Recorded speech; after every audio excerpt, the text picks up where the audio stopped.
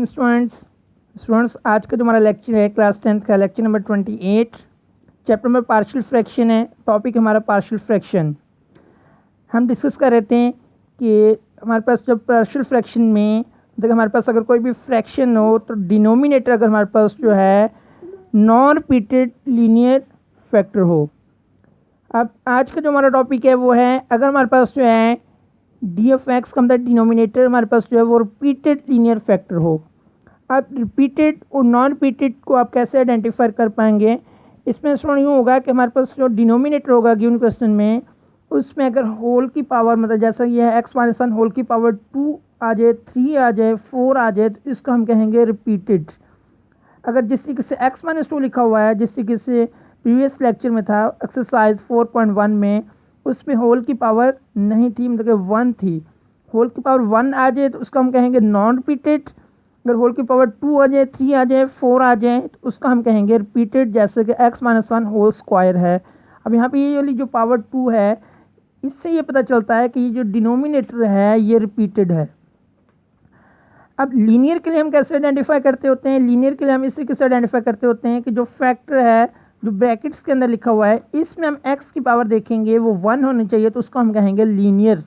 अब इसमें हमारे पास देखें x माइनस वन है तो x की पावर ब्रैकेट के अंदर जो है वो 1 है। इस तरीके से यहाँ पे x माइनस 2 है तो ब्रैकेट के अंदर क्या है 1 है। तो ये जो प्रोडक्ट फॉर्म है ब्रैकेट्स के अंदर जो है इनके डिग्रीज वेरिएबल्स की 1 है तो इसलिए इसको हम कहेंगे लीनियर फैक्टर।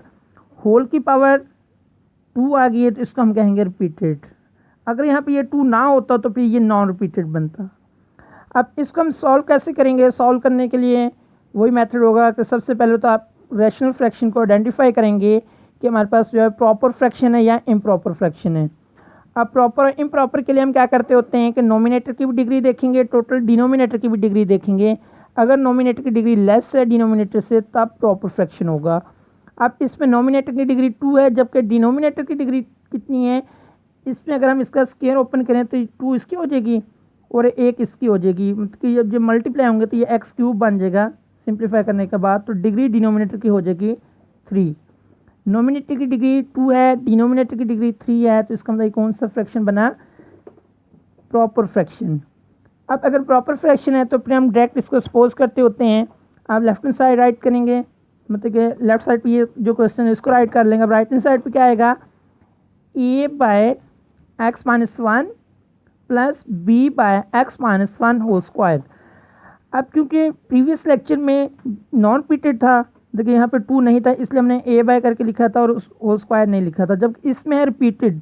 अब रिपीटेड के लिए क्या होगा कि जब भी पावर 2 आ जाए, होल की पावर 2 आ जाए, 3 आ जाए तो फर्स्ट टाइम हम पावर 1 के साथ लिखेंगे, उसके बाद पावर 2 के साथ उसी को ही।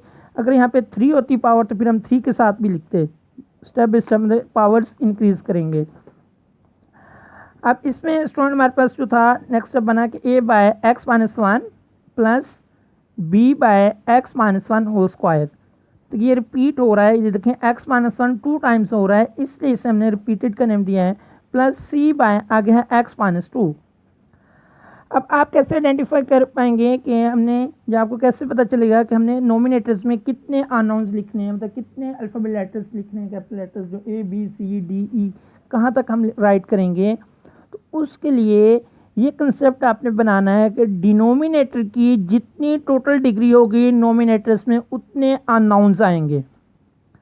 अब टोटल डिनोमिनेटर की डिग्री कितनी थी 3, देखिए 2 इसकी और 1 इसकी जब मल्टीप्लाई करेंगे तो ये एक्स क्यूब बन जाएगा तो 3 बनी थी डिग्री। तो आप देखिए ज़रा, आप इसमें टोटल हमारे पास जो है ये 3 अननाउंस हैं, एक है ए, एक है बी, एक है सी। अब अगर यहाँ पे सपोज दैट 2 ना होता, फिर ये डिनोमिनेटर वाली फ्रैक्शन फॉर्म ना होती तो फिर डिग्री टोटल मल्टीप्लाई करने के बाद 2 होती, फिर 2 वेरिएबल्स हमारे पास आते हैं जैसे कि एक्सरसाइज 4.1 में था। अब इसमें आगे सॉल्व करने का वही मेथड है सिंप्लीफाई करने का कि मल्टीप्लाई बाय एलसीएम। हम एलसीएम के साथ क्या करेंगे, मल्टीप्लाई करेंगे तो हमारे पास दोनों साइड्स पे मतलब कि जो इसका एलसीएम क्या बनेगा x minus one whole square into x minus 2। देखिए लेफ्ट हैंड साइड पे जो डिनोमिनेटर होगा वही हमारा एलसीएम बनेगा। तो यहाँ यूँ कंसेप्ट बना लें कि जो इधर डिनोमिनेटर है इधर डिवाइड हो रहा है, जब इधर आकर मल्टीप्लाई होगा तो डिनोमिनेटर बन जाएगा x square minus 3x plus 1 is equal to A by x minus one से जब ये वाला सारा डिनोमिनेटर मल्टीप्लाई होगा तो हमारे पास जो है एक्स माइनस वन से वन टाइम कैंसिल हो जाएगा, x minus one into x minus two आ जाएगा, प्लस बी जब ये वाला डिनोमिनेटर जो है इधर आकर मल्टीप्लाई होगा तो X minus one whole square से x minus one whole square cancel हो जाएगा, बाकी बच जाएगा एक्स माइनस टू। इसी तरीके से जब जो है x minus one whole square into x minus two denominator इधर आकर मल्टीप्लाई होगा इस फ्रैक्शन के साथ, एक्स माइनस टू से एक्स माइनस टू कैंसिल हो जाएगा, बाकी ब्रैकेट में आ जाएगा x minus one whole square, जिसको हम सेकेंड इक्वेशन का नेम देंगे। अब स्टूडेंट्स हम क्या करेंगे कि हमारे पास जो है इसको सॉल्व करने के दो मेथड हैं, एक है इक्वेटिंग कोफिशिएंट, दूसरा है ज़ीरो मेथड। अब ज़ीरो मेथड सबसे पहले हम अप्लाई करेंगे। ज़ीरो मेथड क्या है कि जो डिनोमिनेटर्स में लीनियर फैक्टर हैं इसको आप ज़ीरो की इक्वल पुट करके एक्स की वैल्यू निकालेंगे और इक्वेशन टू में पुट करेंगे। तो फर्स्ट में हम लेते हैं एक्स माइनस वन को ज़ीरो की इक्वल पुट करेंगे तो एक्स की वैल्यू आ गई वन।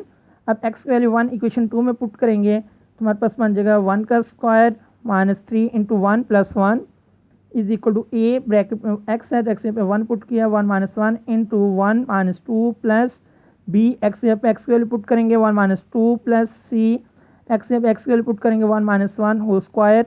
अब इसको सिंप्लीफाई करेंगे, वन का square one minus three one three plus one is equal to, आप देखिए वन में से वन माइनस करेंगे ज़ीरो, जब जीरो इसके साथ मल्टीप्लाई होगा सारी टर्म ज़ीरो बन जाएगी, plus one minus two minus one plus one में से वन निकालेंगे ज़ीरो, ज़ीरो का स्क्वायर ज़ीरो। अब नेक्स्ट स्टेप क्या होगा, one minus three plus one हमारे पास आंसर बनेगा minus one is equal to, ये टर्म भी कैंसिल हो जाएगी, ये टर्म भी कैंसिल हो जाएगी, जीरो के साथ मल्टीप्लाई होकर तो माइनस भी बनेगा, नेगेटिव साइन से नेगेटिव साइन कैंसिल, बी की वैल्यू आ गई वन। अब सर नेक्स्ट स्टेप में क्या होगा कि ज़ीरो मेथड जो है वो जस्ट हम नॉन रिपीटेड लीनियर फैक्टर पे अप्लाई कर सकते हैं। ये वाला जो है x minus one whole square है इस पर हम जीरो मेथड अप्लाई नहीं कर सकते, मतलब इसको हम जीरो की इक्वल पुट नहीं करेंगे क्योंकि ये रिपीट हो रहा है। द होल की पावर जिसकी वन होगी जैसा कि एक्स माइनस वन है या एक्स माइनस टू है, इसको तो हम जीरो मेथड सॉल्व करके एक्स की वैल्यू निकाल के पुट कर सकते हैं, लेकिन इससे हम एक्स की वैल्यू नहीं निकालेंगे। तो नेक्स्ट जो हम जीरो की इक्वल पुट करेंगे वो एक्स माइनस टू को पुट करेंगे अगेन। तो नेक्स्ट स्टेप हमारे पास बनेगा, अब जो नेक्स्ट स्टेप हमारे पास बनेगा उसमें यह है कि x minus two is equal to zero, x की वैल्यू आ जाएगी टू। अब एक्स की वैल्यू जो टू है इक्वेशन टू में पुट करेंगे, इक्वेशन टू क्या थी हमारे पास, x square minus three x plus one is equal to A into x minus one into x minus two plus b into x minus two plus c into x minus one whole square.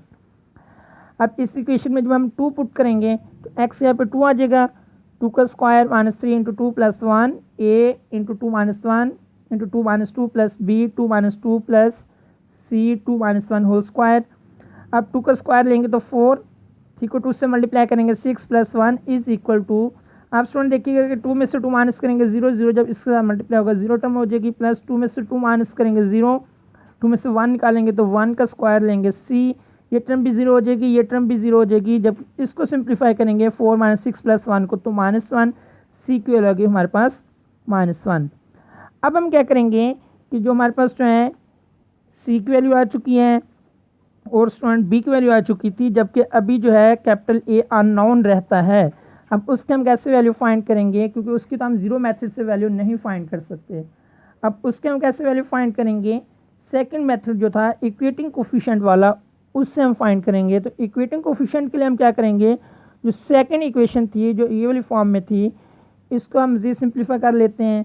देखिए x square minus three x plus one, इनको आपस में multiply करेंगे, x को जब x से multiply करेंगे x square, x को माइनस टू से मल्टीप्लाई करेंगे minus two x, minus one को एक्स से मल्टीप्लाई करेंगे minus x, minus minus plus two one ज़ा two plus x minus two same c into, अब इसका फार्मूला ओपन करेंगे तो a minus b whole square का फार्मूला ओपन करेंगे तो हमारे पास बनेगा x square minus two x plus one.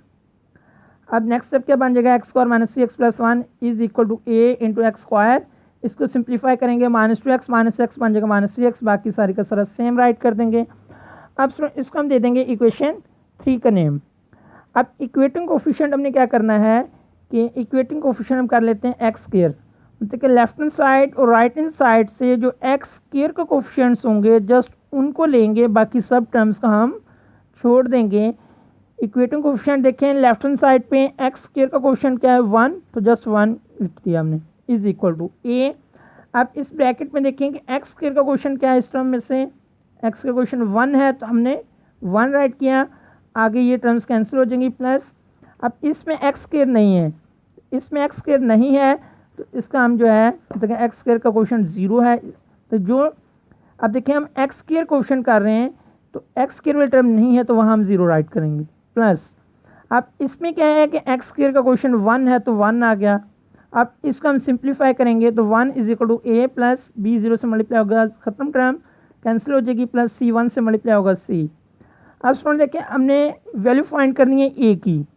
अब सी के लिए हम क्या करेंगे, सी की जगह पे जो सी की वैल्यू आई थी -1 वो सब्सटीट्यूट करेंगे तो ये बन जाएगा हमारे पास 1 इज इक्वल टू ए, सी की जगह पे सी की वैल्यू आ जाएगी -1, अब -1 है उधर जाके प्लस हो जाएगा तो ए इज इक्वल टू आ गया। तो इस तरीके से इक्वेटिंग कोफिशिएंट्स मेथड से हम फाइंड करेंगे। पहले हम फाइंड करते थे जीरो मेथड से, मतलब कि जीरो मेथड अगर हमारे पास जो है denominator non repeated linear factor हो उसमें से एक्स की वैल्यू निकाल के इक्वेशन 2 में पुट करते थे, जबकि अगर हमारे पास जो है नॉन रिपीटेड लीनियर फैक्टर ना हो डिनोमिनेटर तब हम क्या करेंगे इस तरीके से इक्वेटिंग कोफिशिएंट मेथड से सॉल्व करेंगे। अब हमारे पास बी की वैल्यू भी आ चुकी है, सी की भी आ चुकी है, ए की भी आ चुकी है। अब फाइनली हम क्या करेंगे इक्वेशन 1 में पुट कर देंगे, इक्वेशन 1 के लेफ्ट हैंड साइड लिखेंगे, राइट हैंड साइड पे ए की जगह पे हमने ए की वैल्यू पुट कर दी 2 डिनोमिनेटर सेम, प्लस बी की जगह पे बी की वैल्यू पुट कर दी जो 1 आई थी 1/x - 1 होल स्क्वायर। अब आगे था प्लस, ऊपर था सी, अब सी की वैल्यू थी -1 तो प्लस माइनस माइनस बन गया, सी की वैल्यू 1/x - 2। इसी तरीके से स्टूडेंट्स आप क्या करेंगे इसके बाकी जो क्वेश्चन जो आपके स्मार्ट सिलेबस के अकॉर्डिंग जो इस एक्सरसाइज के करने वाले हैं वो है क्वेश्चन नंबर 2, 6 एंड 8, और वो तीनों क्वेश्चन जो हैं वो प्रॉपर फ्रैक्शन है और नॉन रिपीटेड लीनियर फैक्टर्स हैं, तो उसको आप सेम टू सेम इसी मेथड से सॉल्व करेंगे। इंशाल्लाह नेक्स्ट लेक्चर में हम एक्सरसाइज 4.3 करेंगे। इस एक्सरसाइज के question number 1, question number 2, 6 and 8 यही 4 क्वेश्चन आपके सिलेबस में शामिल हैं। तो क्वेश्चन नंबर 2, 6 एंड 8 आपके असाइनमेंट हैं, वो सेम टू सेम इसी मेथड से आप सॉल्व कीजिएगा। तब तक के लिए अल्लाह हाफिज़।